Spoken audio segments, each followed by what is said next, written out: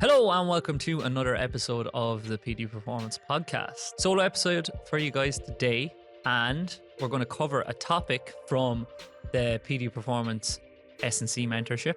And the topic we're going to cover is communicating with athletes and management. Something that you're not taught in third level university at all, and you're not really taught very much at all, like elsewhere either. I would say Brett Bartholomew does a really good job of talking about this and coaching this informally or privately. So you need to check him out if you don't already know who he is. But I'm going to take a lot of his concepts and present them here. The same way stuff that I've learned from Peter Hughes in his own mentorship as well. You may know Peter from his appearance on Al Murdoch's podcast recently, the Elevated Athlete podcast, I think he's called it. And we're also taking a look at some of Nick Winkelman's stuff, and we're taking a look at some stuff that wouldn't be looked at by a lot of S&C coaches or coaches in general. We're taking it from the business world. So why bother focusing on why we communicate? So we know that coaching is both an art and a science. We need to know the information first. We need to know the science. You can't just go art. People probably would be critical of me at times because I go very art focused. I talk a lot about how you're doing things and what I'm seeing. And those aren't as definitive or as concrete as the science or the research and whatnot.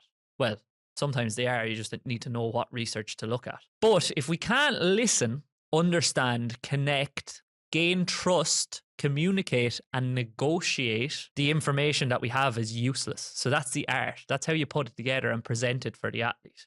And I believe it was Adrian O'Brien that showed me this quote first many, many years ago. I was actually in Singapore at the time. And it was, people don't care how much you know until they know how much you care. Theodore Roosevelt is given that quote, but it's unclear whether it was actually him that said that.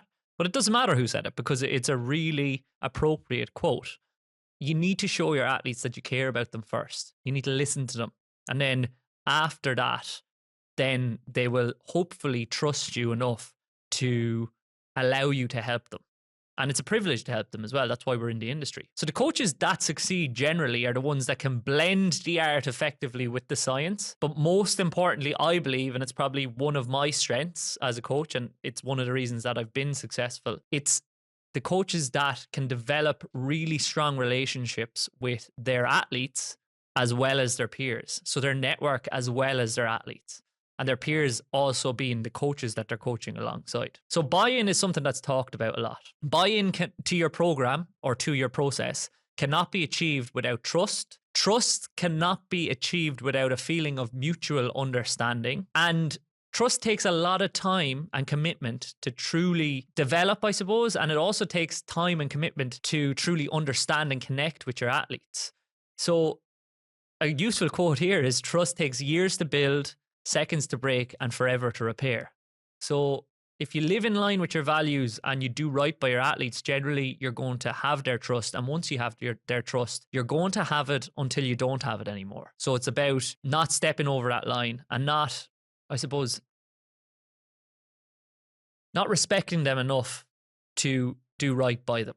So trust is built through small positive actions repeatedly over time. So we do need time to build trust, but we need to be consistent in our actions and how we act and how we are around our athletes to build that trust too. Patience is necessary to build trust because we need to take quite a time to do so. And patience is not the ability to wait, but it's how we behave while we're waiting. I've learned that one from Alex Hormozy, but I think it's appropriate. So by acting with patience or trying to act with patience, you have patience. It doesn't matter if you don't like waiting, you are waiting, so you are shown to have patience. So you've got to have patience with your athletes as well. And I have to have patience as well with all the information I'm delivering. Like, I might sometimes feel like I'm talking about things that I've said 100 times previous, but out of the 100 times that I've said it, maybe 98, 99 people have heard it, but that one person hasn't heard it. So I need to say it again to help that one person. And that's why I do it. So relationships.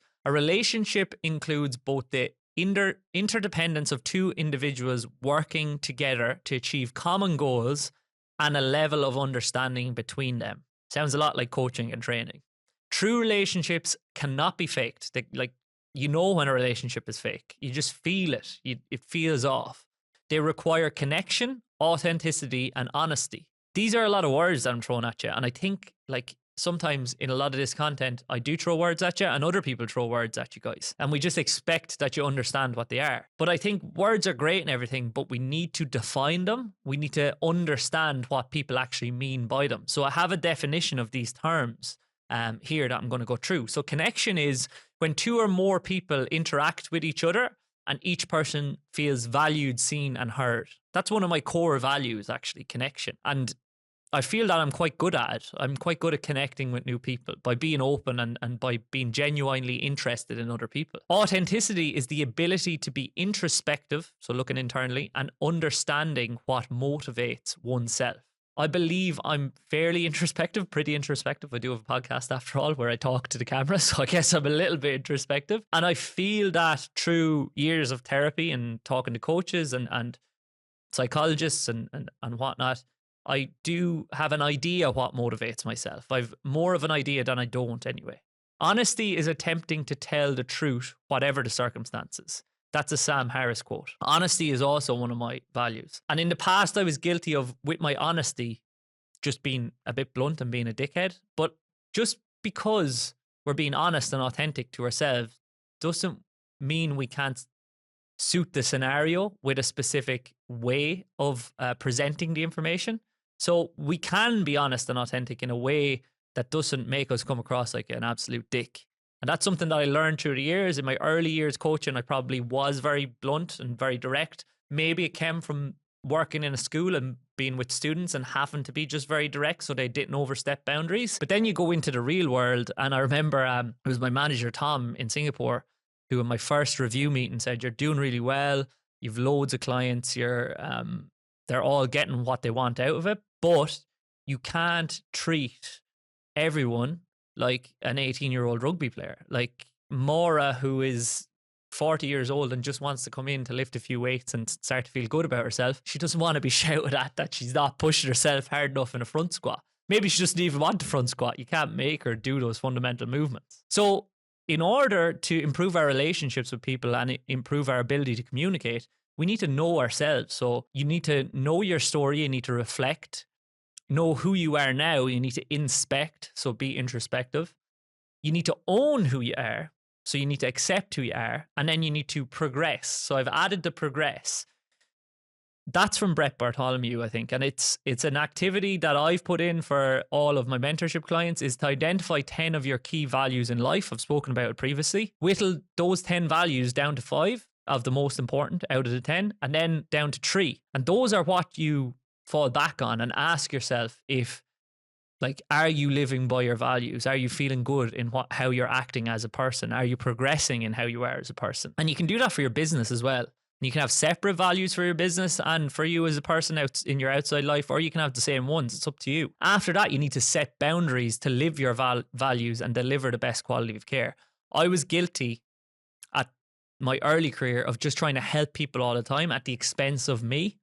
And as a result of that, they got a lower version of me, a version of me that was energy sapped and exhausted. So then I wasn't helping them as much as I could. So you need to know when to say no and to step back and say, no, I need to look after myself, because as they say, you can't refill from an empty cup. So know how you work best, how you communicate best, and why that is the case. Know your weaknesses as well, and aspects of your communication style that you need to improve. So you're honing your strengths, leaning on your strengths, but you're also trying to improve your weaknesses. Find the upside to your downside. So that's a Brett Bartholomew for sure.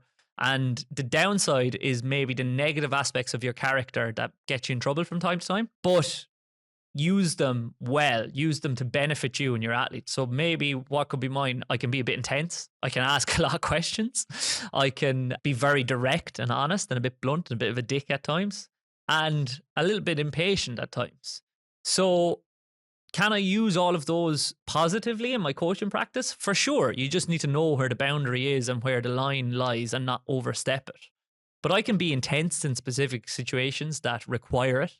I'm quite emotional, actually, as well, as you may know from the podcast, from listening. I can use that to my advantage when motivating teams or speaking to teams. I can be intense, I can be authentic, I can push them pretty hard, and I can ask a lot of questions of them. And that can be beneficial in my work life. It's just knowing where to stop, I suppose. If you're struggling with this task and you don't know how to be introspective or figure out your values, I recommend basically you go to therapy. You don't need to be mentally unwell to go to therapy. You can be mentally well. You can, like, if you're fit and strong, you're still going to go to the gym so that you can get fitter and stronger. So technically, you can get mentally healthier. So if you haven't done that before, I've been speaking to a couple of people. Actually, Erica had said it on the podcast a few weeks ago that she recommends everybody go. If you're a player, an athlete, maybe you should go to a sports psychologist regularly. I think you should practice mindfulness as well, or some self-reflection or some self-reflection. Now, that could be your mindfulness practice in your journaling, and some people hate that. But mindfulness is whatever you make it. Like, one of my best friends went away on a retreat, a silent retreat, and they practice mindfulness throughout the retreat, but they're actually doing activities throughout the retreat. So sometimes they're doing gardening, and I know I've had people on the podcast that say they love a bit of gardening because it's like pure serenity, pure bliss for them, pure quietness. You can play golf. Golf can be mindfulness as well. Depends how you're playing, obviously, but golf can be a mindfulness practice for you. You can just go for a walk. Like, that's mindfulness as well, as long as you're with your thoughts and you're accepting your thoughts and you're just being with yourself and being okay with them. And you don't need to be very analytical when you're doing it. You just allow thoughts to come and go. And that's mindfulness. And self-reflection is just assessing how you've done that day or how you've done that week, and then seeing where you're going, seeing where you've been and where you're going. And you don't have to write a journal to yourself. You can just write down a list of things that you want to achieve tomorrow or in the next few weeks or whatever. And then this is probably going to be the most controversial thing I'll say, but you can take a personality test if you've no idea what you're like. And though they're not spot on and they're not like true in a sense, I think they're more useful than they aren't, and they don't take that long to do. So you have the Myers-Briggs one, you have the DISC assessment, Clifton StrengthsFinder, Hogan assessments. I've done the Myers-Briggs. I recommend everybody does it, especially if you're working in business. And sometimes employers of mine have got us to do the Myers-Briggs so that they know our communication style a little bit better, and it tells them how to communicate better with us and how we like our meetings. And it's been pretty spot on with me, to be honest, putting me as a red personality or a yellow personality. And it's been useful in me understanding why I am the way I am, but also in identifying the gaps in my, I suppose, expertise or personality or character that I need to work on. Another tool for developing trust and connection and understanding is vulnerability. You need to know your weak spots and speak about your weak spots. So be open and accepting of who you are and what you need to improve upon. Talk about your mistakes and what you learn from them. That's one way of getting people to respect you. If you're confident enough to talk about things you've got wrong and the lessons you've learned as a result of them, then they're likely to respect you a little bit more. They're going to gain from that as well. Be authentic. So be the person who you are outdoors as the same person you are indoors. Tell your athletes if you're having a bad day. Like, just be honest with them. Tell them you're having a bad day. But do not let it affect the standard of care and coaching that you deliver. It's fine to be having a bad day. We all have bad days.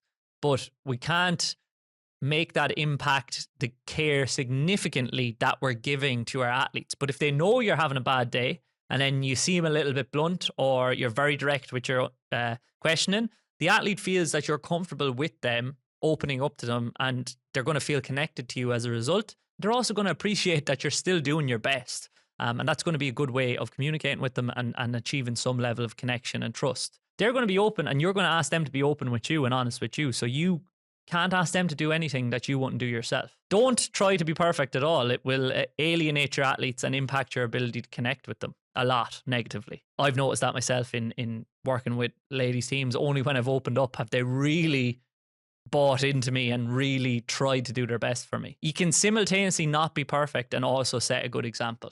You don't have to be perfect to set a good example. Sometimes knowing you're not perfect and still doing the right thing is how you set an example, because we're all inherently flawed as human beings.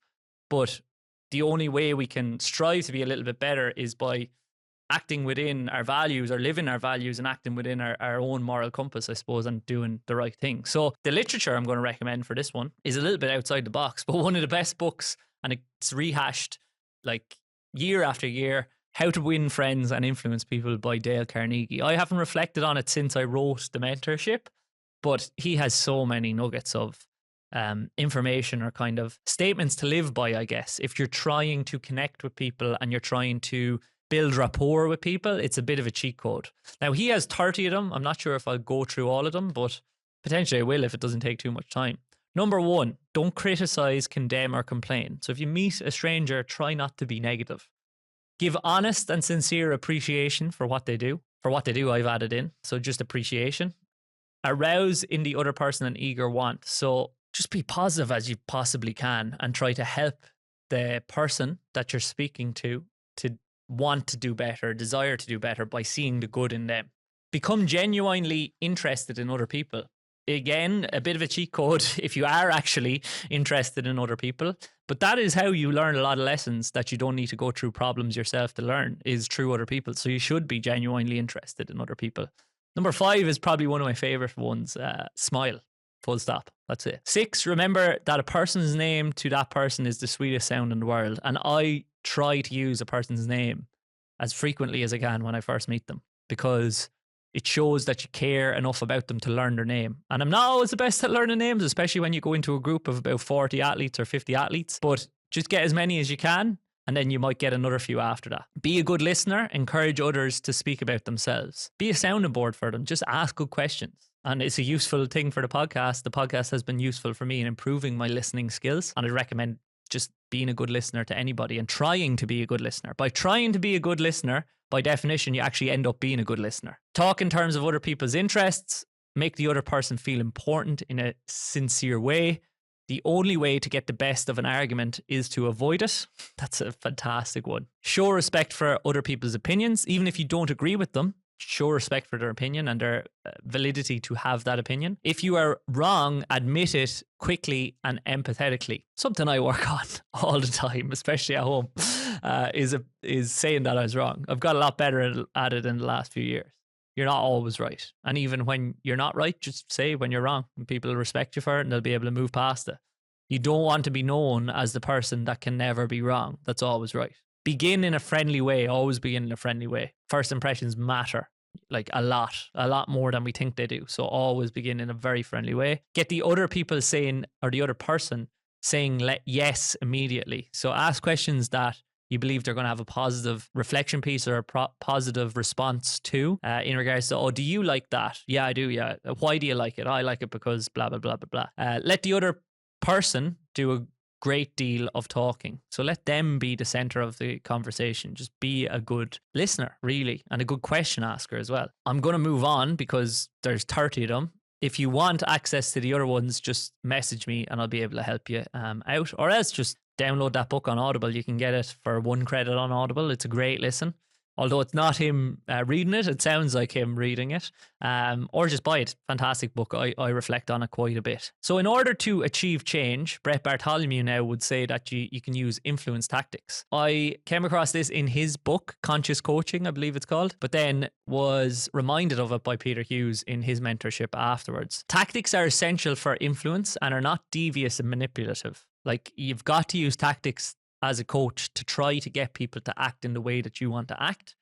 That can be seen as devious or manipulative, but you're trying to get them to act in a certain way that's beneficial for themselves. So in that way, it's not really it's not manipulative at all. So it can be used in a positive way, influencing other people. I'm going to go through different types of tactics to help people and I'll explain them, but you're probably using a lot of them already.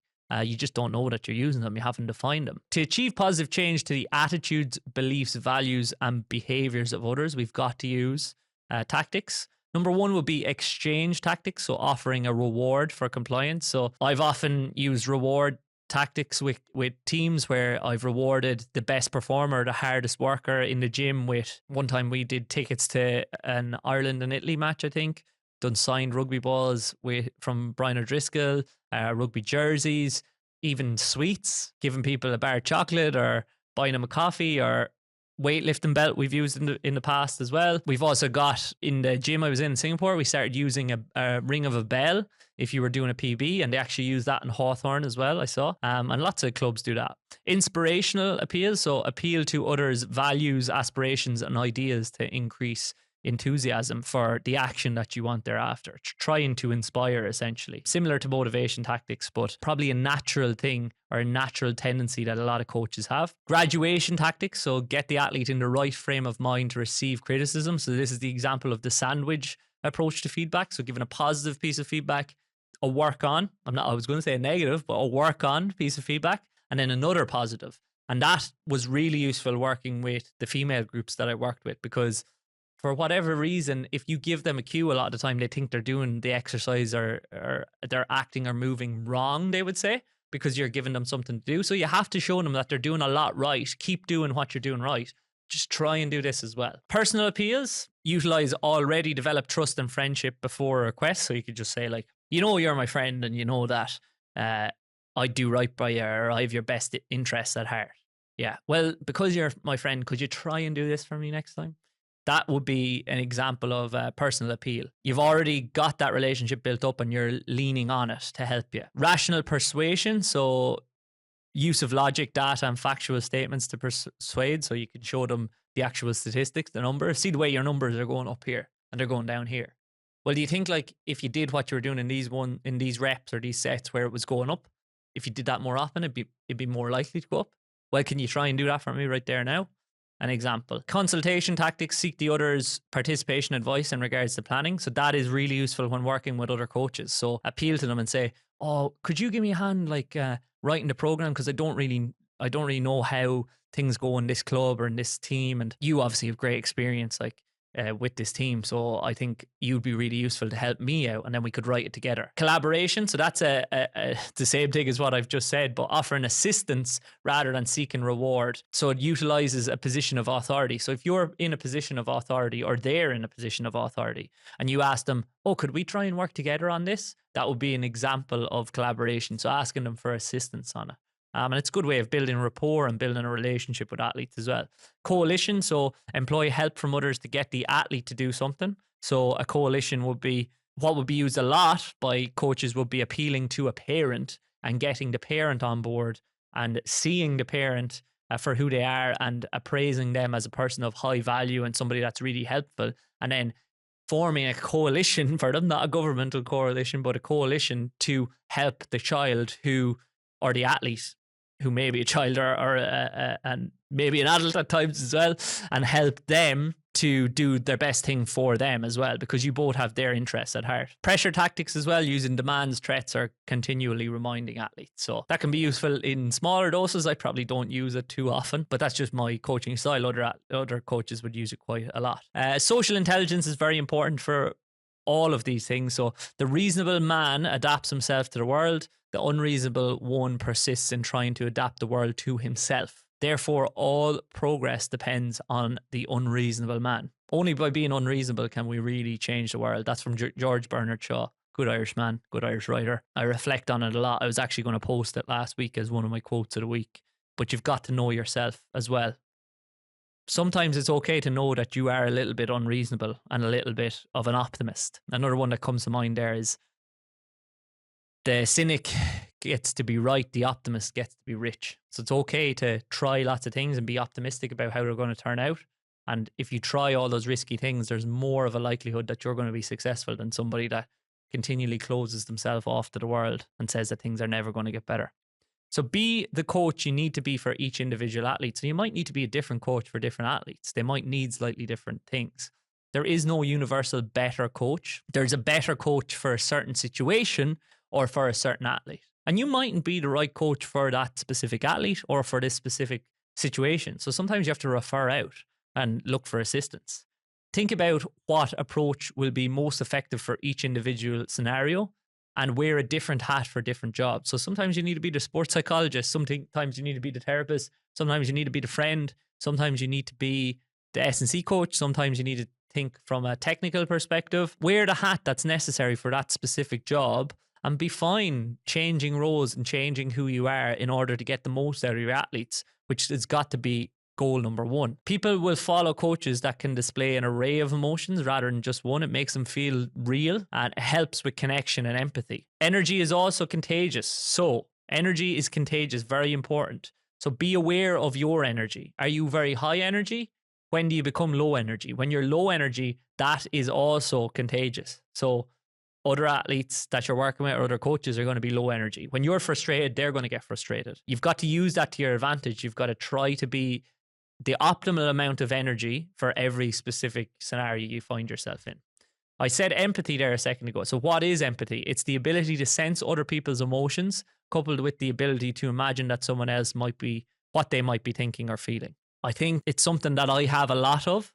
So much, maybe because I'm so emotional as well, and I can get quite emotional, but for whatever reason, I think it goes back to childhood from what I've went through with therapists and whatnot, and being empathetic to one's parents and or peers and friends and people in your family. And it's learned behavior, I guess, as well as a learned quality, but it is a bit of a superpower in coaching, but you just can't let it affect you too much in the negative sense. It can be used for improved connection, understanding, communication, labeling, and mirroring. So labeling is labeling other people's emotions or how they're feeling, but also showing them that they're valid in how they feel.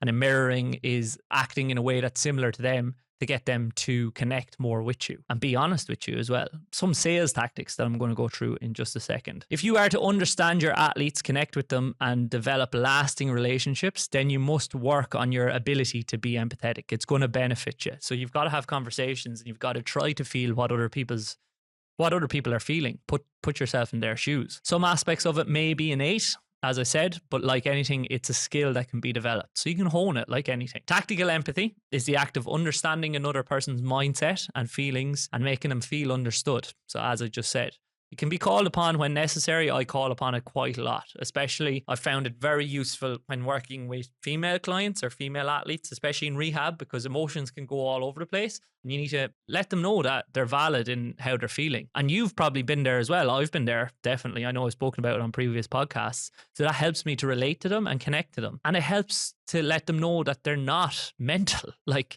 what they're going through is normal. People go through it when they're going through injury all the time, because injury is a traumatic process. You've lost an aspect of yourself that you love, which is playing sport, and you've lost your identity as an athlete for some time. You've lost the ability to connect with your teammates, your peers, your friends. You're not getting the same opportunities to do so. So obviously there's going to be an impact on your emotions.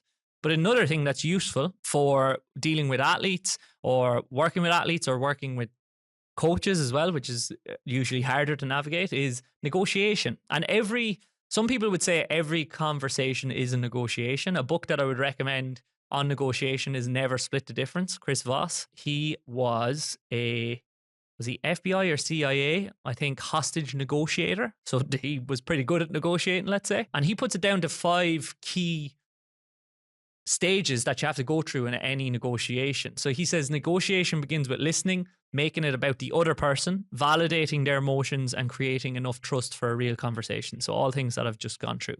Use mirrors to encourage the other side to empathize and bond with you. So empathy helps with bonding, peer bonding. Keep people talking, buy yourself time, and encourage them to reveal their strategy, reveal what they actually want. What they say they want and what they actually want might be 2 very different things. Tactical empathy brings our attention to both the emotional obstacles and the potential pathways to getting an agreement done or getting them on board with what you want, or even you getting on board with what they want and helping them in that regard. Giving someone's emotion a name, otherwise known as labeling, gets you close to someone without asking about external factors that you obviously, I put in the obviously, but you know nothing about, because you can never truly know somebody else's situation. You can kind of put yourself in their shoes and feel some sort of empathy so you can get closer to it, but you can't really know where they're coming from completely because you haven't had the same upbringing as them. You haven't had the same challenges as them, but you can try to. And then as a result of doing that, maybe labeling their emotion and validating it, then as a result of that, they'd be more likely to trust you because you're making an effort. No provides a great opportunity for you and the other party to clarify what you really want by eliminating what you don't want. Sometimes you need to ask them a question or make a statement in regards to what you know that they don't want so that they can say no, and then you can move to a yes. No makes way for a yes. So yes in terms of what they actually want. Communication. It's not only how we speak, what we say, and the language that we use. This is all Nick Winkelman's great stuff. He used to work for the IRFU. I think he may still work for the IRFU, but really smart guy. He's put out loads of stuff. There's a load of free seminars and lectures that he's given on YouTube if you want to check him out. But also, it's the strategies that we use to convey the information. So it's not just how we speak, what we say in language we use, it's the strategies that we use to convey the information. Great quote from the man himself: "It is not what is said, but what is heard." And athletes don't hear absolutely everything that you say. They hear some of it. To make sure the some of it that they hear is good. And we may need repetition in order for them to hear the right things. How we collaborate in the conversation with our peer is how we communicate. It's communication. Our ability to listen and let the other person know that we are listening is also communication. So improving your communication, you can improve your listening in order to do so. And as a result of that, you mightn't have to convey very much, but you just become a better listener. So then you become a better communicator. Strategies that can be effective in communicating effectively with different athletes at different times are reflective listening, so reflecting back to them what they're saying to you. Open body language, which you always want to have in every conversation. Paraphrasing what they said, summing up what they've said so that it shows that you're actively listening. Using a bit of humor, break the silence. I rely on that quite a bit. Observation, like keen observation of what they're saying, how they're saying it, and then bringing their attention to it as well, and relating to them as well. So relation can be achieved through the use of metaphors, stories, and external cues. So I use metaphors quite a lot. I use stories quite a lot. Stories are how we see the world and how we make sense of the world as human beings, so they can be really useful. And this is information that's presented in the way of a story or a metaphor or cues that are presented in that way. They're more likely to be retained for whatever reason. I think it's because we're adapted to telling stories and remembering stories. And they can then make the athlete feel empowered. Motivational interviewing is a technique that encourages behavior change in an atmosphere of acceptance and compassion. It's used by a lot of counselors or therapists, and it's used in CBT, cognitive behavioral therapy. It borrows from patient-centered therapy, self-determination theory, and cognitive dissonance theory. Jesus, I might write that out and see if any of you can say that back. That's a tongue twister. Key aspects of it are engaging, focusing, evoking, and planning. So engaging, establishing a working relationship and connection with the other person. Focusing, developing, and maintaining the direction of the conversation towards behavior change. Evoking, drawing out of the person's own motivation to change, so they want to change, so help them to change by showing them that they want to change. And then planning, helping a person to develop a commitment to change and a plan of action. Again, exactly what counselors and therapists do. How do you motivationally interview someone? You ask open questions, let them talk. You affirm what they've said. Listen reflectively to what they're saying, so reflect what you're hearing. Summarize exactly what we just went through with Nick Winkelman. Provide information and advice with permission. So can I give you a piece of advice in regards to that? Okay, do you mind if I helped you out in that regard, or showed you my story, or let you know what worked for me in that regard? Explore their values and their goals, and explore discrepancies between their values and how they're acting. And that is motivational interviewing, and that is pretty simple. And there's a lot of commonalities amongst all that we've been through. Finally, language. Language is how we define words. So as I said, the words that we say don't mean anything if we don't know how they're being understood or how people are interpreting them. Yes. How we define words affects how we think. We can all accept that. After all, words represent thoughts. Unclear words make for unclear thinking, and unclear thinking makes it very difficult to understand. So for that reason, we need a definition of terms. Socrates said, wisdom begins with a definition of terms. So we need to all be in the same way or in the same page in regards to how things are being understood or what different words mean. And it's one of the reasons that when I go in with teams, I often suggest that they have a common terminology sheet or a team terminology sheet for all of their tactics and their keywords that mean different things. I think it's very useful to have. Probably very good at doing so in a rugby union sense, because you call set plays and we all need to be on the same page as to where everybody is going to be in those different plays, as well as different actions. If we all want to defend in a certain way and act in a certain way, we will say something in rugby union and then we'll all do so. I think other sports could probably learn from rugby union in that regard. So there's positive versus negative language. It's highly individual, which is better for different people. Different people respond to different things, as we know. Your word choice plus your tone is imperative to how it is understood. So use forward language. Focus on what we're trying to achieve, even if it doesn't happen. If it does happen, then repeat until it doesn't work anymore, then try something else. Attention impacts intention, which impacts movement. We spoke about it with Orla Dwyer. She uses intention on every rep that she can, every set that she can, every exercise she can. And as a result of that, she's a bit of a superstar because it impacts her movement and how she does things. Therefore, we should focus on our intention through our use of language, and we should focus on what we have our athletes pay attention to. So that's essentially cueing, and we know cueing works. But is it external or internal cues that work better? Depends on the job, it depends on the athlete. However, for complex motor tasks where it's not just one joint, multi-joint movement, external cueing seems to be more advantageous than internal cueing. And I can tell you from my golf game, external cueing definitely works for me. Sometimes internal cueing for my driving, but mainly external and thinking about different things seems to present with good outcomes or lead to good outcomes for me in that regard. And definitely metaphors, cueing, external cues seems to work a lot in terms of the speed work and the change of direction work that I use with athletes. Yeah, they definitely seem to respond best to that, most of them at least. So that's pretty much it, guys. I hope that you've taken something from that.